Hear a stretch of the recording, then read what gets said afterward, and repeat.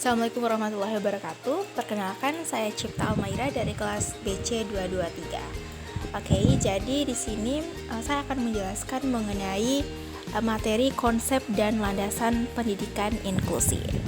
Nah, teman-teman, yang pertama yang akan saya jelaskan di sini adalah mengenai filosofi dari pendidikan inklusi itu sendiri. Nah, jadi filosofi pendidikan inklusi itu merupakan pelayanan pendidikan khusus yang berupaya memenuhi kebutuhan siswa sesuai dengan kemampuan dan kebutuhannya. Nah, teman-teman, jadi menurut ahli ini Wilson dari 2002 dari bukunya itu menyatakan bahwa sebenarnya sistem pendidikan saat ini itu seringkali diibaratkan seperti model perusahaan. Maksudnya itu di mana setiap individu itu terlibat dalam tugas dan pekerjaannya sendiri gitu, tanpa memperhatikan yang lainnya, atau disebut juga dengan kayak siswa itu individualis. Nah, di sisi lain, kalau standar peningkatan kualitas sekolah itu sebenarnya harus fokus gitu pada pengembangan mentalitas siswa, di mana sekolah itu seharusnya bukan hanya tempat pengajaran semata, tapi juga bisa menjadi tempat di mana setiap individu itu menjadi lebih peka gitu terhadap lingkungan sekitarnya. Nah, hal ini menunjukkan bahwa pendidik itu seharusnya tidak hanya berfokus pada pengembangan kognitif semata, tidak hanya berfokus pada pengetahuan saja, tetapi melainkan juga memberikan perhatian yang seimbang gitu pada dimensi mentalitas. Nah, lebih lanjutnya itu jadi dalam bukunya itu Wilson menyatakan bahwa pendidikan inklusif itu sesuatu inklusif itu dapat tercapai ketika tujuan sekolah itu diintegrasikan secara menyeluruh dan pembelajaran disusun sedemikian rupa sehingga menguntungkan semua siswa. Itulah konsep filosofi dari pendidikan inklusif itu yang sebenarnya. Nah, selanjutnya di sini saya akan membahas mengenai perspektif dari pendidikan inklusif itu sendiri. Jadi, perspektif pendidikan inklusif itu sebenarnya itu menitik beratkan pada pengintegrasian atau mengintegrasikan semua anak, termasuk mereka dengan kebutuhan khusus, ke dalam lingkungan pendidikan yang sama dengan anak-anak tanpa kebutuhan khusus. Jadi mereka itu sama, disatukan gitu. Jadi pendidikan inklusif itu bertujuan agar semua anak tersebut tanpa memandang kondisi fisik, intelektual, sosial, emosional, atau lainnya itu dapat belajar bersama dalam satu kelas. Hal ini kayak mencakup anak-anak dengan disabilitas, dengan bakat khusus, anak jalanan, pekerja anak-anak dari kelompok etnis minoritas, linguistik atau budaya, serta anak-anak dari luar dari latar belakang sosial ekonomi yang kurang beruntung atau terpinggirkan. Sebenarnya pendidikan inklusif juga itu teman-teman dianggap sebagai solusi alternatif yang penting karena yang pertama, mereka tuh bisa menghargai keberagaman dan menghindari diskriminasi terhadap semua peserta didik. Yang kedua, dapat memberikan peluang yang seadil mungkin kepada semua individu untuk mendapatkan pendidikan berkualitas sesuai dengan kebutuhan dan potensi masing-masing. Yang ketiga, mengurangi eksklusivitas dalam pendidikan dan meningkatkan partisipasi dalam kegiatan belajar, budaya, dan sosial masyarakat, serta dapat mengurangi dampak negatif dari pendidikan segregatif seperti kurangnya relevansi pendidikan terhadap kehidupan nyata atau stigmatisasi dari label cacat dalam tanda kutip, dan kurangnya kesempatan untuk berkolaborasi dan menghargai perbedaan. Nah, perspektif lainnya itu bahwa pendidikan inklusif itu dianggap sebagai bentuk reformasi dalam sistem pendidikan yang menekankan pada penerimaan terbuka terhadap anak-anak dengan kebutuhan khusus untuk memastikan bahwa mereka itu memperoleh hak dasar mereka sebagai warga negara. Nah, tujuan utamanya itu adalah tidak hanya untuk mengakomodasi anak-anak dengan kebutuhan khusus di lingkungan sekolah yang terpadu, tetapi juga untuk mengembangkan potensi mereka dan melindungi mereka dari diskriminasi pendidikan.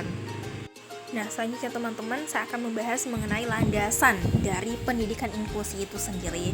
Nah, landasan pertama itu mengenai landasan religiusnya. Landasan religiusnya dari pendidikan inklusi itu, misalnya saya ambil satu contoh dari ajaran Islam ya. Jadi pendidikan inklusif itu telah diterima dalam ajaran Islam. Islam itu mengamanatkan untuk tidak melakukan diskriminasi terhadap individu yang memiliki kecacatan, sebagaimana yang disebutkan dalam Al-Quran Surat An-Nur ayat 61 yang menyatakan bahwa tidak ada halangan bagi orang buta, pincang atau sakit untuk makan bersama-sama dengan orang lain di rumah mereka sendiri atau rumah orang tua, saudara, dan sebagainya. Jadi dalam ayat tersebut tersirat bahwa Allah itu tidak membedakan individu berdasarkan kondisi, keadaan, atau kemampuan mereka dalam kehidupan sehari-hari. Hal ini menegaskan bahwa setiap manusia sebagai ciptaan Allah harus menerima perbedaan sebagai anugerah dari Sang Pencipta, baik itu perbedaan gender, kemampuan, atau kondisi fisik. Oleh karena itu, inklusi dianggap sebagai fitrah yang seharusnya dijalani oleh manusia dengan penuh kasih sayang. Nah, selanjutnya mengenai landasan filosofis dari pendidikan inklusi. Landasan filosofi utama dalam pelaksanaan pendidikan inklusi di Indonesia itu adalah berakar pada nilai-nilai Pancasila yang mengusung semboyan Bhinneka Tunggal Ika. Nah, ini mencerminkan pengakuan bahwa Indonesia itu adalah negara yang kaya akan keberagaman budaya, etnis, dan bahasa, serta menghargai adat istiadat, agama, dan kepercayaan sebagai aset yang harus dijaga dan diperkaya dalam kerangka Negara Kesatuan Republik Indonesia atau NKRI. Nah, jadi dalam perspektif ini, kesenjangan atau disabilitas dan keragaman itu hanyalah bentuk dari keberagaman, gitu. Sebagaimana halnya kayak perbedaan suku, ras, bahasa, budaya, atau agama. Nah, selanjutnya mengenai landasan yuridis. Nah, menurut Permendiknas nomor 70 tahun 2009, dasar hukum penyelenggaraan pendidikan inklusif itu adalah yang pertama ada pada Undang-Undang Dasar 1945 Amandemen pasal 3 yang berbunyi ayat 1-nya itu setiap warga negara berhak mendapat pendidikan, ayat 2-nya itu setiap warga negara wajib mengikuti pendidikan dasar dan pemerintah wajib membiayainya. Kemudian ada Undang-Undang nomor 20 tahun 2003 tentang sistem pendidikan nasional yang berbunyi ayat 1 itu setiap warga negara mempunyai hak yang sama untuk memperoleh pendidikan yang bermutu. Ayat 2, warga negara yang mempunyai kelainan fisik, emosional, mental, intelektual, dan sosial berhak memperoleh pendidikan khusus. Ayat 3, warga negara di daerah terpencil atau terbelakang serta masyarakat adat yang terpencil berhak memperoleh pendidikan layanan khusus. Dan ayat 4 itu warga negara yang memiliki potensi kecerdasan dan bakat istimewa berhak memperoleh pendidikan khusus. Dan sebenarnya masih banyak banget ya landasan yuridis dari pendidikan inklusif sendiri itu di Indonesia. Selanjutnya mengenai landasan pendidikan inklusif, yaitu landasan pedagogis.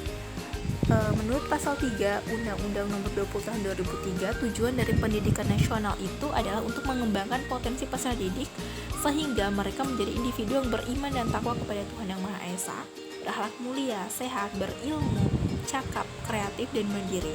Oleh karena itu, melalui pendidikan, peserta didik yang memiliki keberagaman itu harus dibentuk menjadi warga negara yang demokratis dan bertanggung jawab, yaitu individu yang dapat menghargai perbedaan dan berpartisipasi aktif dalam masyarakat. Hal ini itu tidak akan tercapai jika mereka diisolasi dari teman sebaya mereka di sekolah-sekolah khusus gitu. Meskipun dalam skala yang kecil, mereka tetap harus diberikan kesempatan gitu untuk bersama-sama dengan teman sebaya mereka. Selanjutnya mengenai landasan empiris. Penelitian tentang inklusi itu telah banyak dilakukan di negara-negara barat sejak tahun 1980-an, teman-teman. Nah, dengan penelitian berkelanjutan yang diprakarsai oleh The National Academy of Science di Amerika Serikat, hasil dari penelitian ini menunjukkan bahwa mengklasifikasikan dan menempatkan anak-anak yang memiliki kebutuhan khusus di sekolah, kelas, atau fasilitas khusus itu tidaklah efektif dan cenderung memperlihatkan tindakan diskriminatif, teman-teman. Nah, rekomendasi dari layanan ini adalah bahwa pendidikan khusus itu yang bersifat segregatif sebaiknya hanya diberikan secara terbatas berdasarkan hasil identifikasi yang akurat.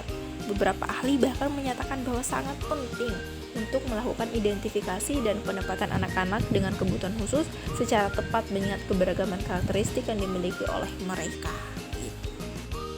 Baik teman-teman, jadi sekarang saya akan membahas mengenai kebijakan penyelenggaraan pendidikan inklusi di Indonesia. Ya, teman-teman, sebenarnya upaya memperkenalkan dan mengimplementasikan pendidikan inklusi di Indonesia itu telah dimulai sejak tahun 1980-an. Nah, kesuksesan pelaksanaan pendidikan inklusi dipengaruhi oleh banyak faktor, diantaranya faktor budaya, politik, sumber daya, dan manusia. Nah, jadi teman-teman, saya akan membahas mengenai penempatan anak-anak berkebutuhan khusus dalam sekolah inklusi itu sebenarnya dapat dilakukan melalui beberapa model kalau di Indonesia ya. Yang pertama itu ada namanya itu kelas reguler atau yang diisi dengan inklusi penuh. Ini maksudnya di mana anak-anak berkebutuhan khusus itu belajar bersama anak-anak normal di kelas reguler sepanjang hari dengan menggunakan kurikulum yang sama.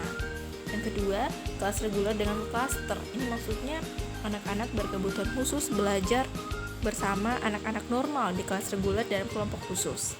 Yang ketiga, ada kelas reguler dengan pull out. Maksudnya di sini adalah anak-anak berkebutuhan khusus itu belajar bersama anak-anak normal di kelas reguler, namun dalam waktu-waktu tertentu itu ditarik ke ruang sumber untuk belajar dengan guru pembimbing khusus.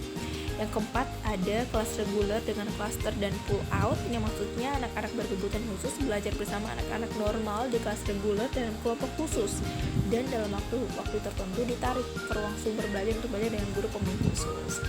Yang kelima, kelas khusus dengan berbagai pengintegrasian, di mana anak-anak berkebutuhan khusus belajar di dalam kelas khusus pada sekolah reguler, namun dalam beberapa bidang dapat belajar bersama anak-anak normal di kelas reguler. Nah, yang terakhir, yang keenam itu namanya kelas khusus penuh, di mana anak-anak berkebutuhan khusus ditempatkan dalam kelas khusus pada sekolah reguler. Nah, sebenarnya teman-teman, hingga saat ini layanan pendidikan bagi anak-anak berkebutuhan khusus di Indonesia itu disediakan melakukan 3 jenis lembaga pendidikan, yaitu ada SLB, sekolah luar biasa, ada SDLB, sekolah dasar luar biasa, dan pendidikan terpadu. SLB sebagai lembaga pendidikan khusus tertua mengkhususkan diri dalam menampung anak-anak dengan jenis kelainan yang serupa. Gitu. Ini termasuk SLB untuk anak-anak dengan hambatan penglihatan atau tunanetra, hambatan pendengaran atau tunarungu, hambatan berpikir atau tunagrahita, hambatan fisik dan motorik tunadaksa, hambatan emosi dan perilaku tunalaras, dan hambatan majemuk tunaganda. Sementara itu SDLB menerima berbagai jenis anak berkebutuhan khusus. Itulah penyelenggaraan pendidikan inklusi di Indonesia. Nah, di sini teman-teman saya akan membahas mengenai konsep dari pendidikan inklusi itu sendiri. Jadi sebenarnya pendidikan inklusif itu teman-teman adalah metode penyelenggaraan pendidikan yang memberikan peluang kepada semua peserta didik berdasarkan peserta didik berkebutuhan khusus, maksud saya termasuk peserta didik penyandang disabilitas yang memiliki potensi kecerdasan atau bakat istimewa untuk mengikuti pendidikan atau pembelajaran bersama-sama dengan peserta didik pada umumnya dalam lingkungan pendidikan. Nah, sebenarnya pendidikan inklusif itu adalah pendekatan di mana setiap peserta didik itu mendapatkan layanan sesuai dengan kebutuhan khususnya dimanapun mereka berada. Ini adalah sistem pendidikan yang terbuka, tidak diskriminatif, dan berpusat itu pada anak, yang mengakomodasi semua anak dalam satu kelas. Dengan demikian, pendidikan inklusif itu adalah sebuah sistem pendidikan yang memberikan kesempatan atau akses yang luas kepada semua anak untuk menerima pendidikan yang berkualitas dan sesuai dengan kebutuhan individu masing-masing peserta. Nah, itulah konsep dari pendidikan inklusif itu yang sebenarnya. Nah, mungkin itu saja yang dapat saya jelaskan mengenai materi konsep dan landasan pendidikan inklusif. Lebih dan kurangnya mohon maaf. Saya Cipta Almaira. Wassalamualaikum warahmatullahi wabarakatuh.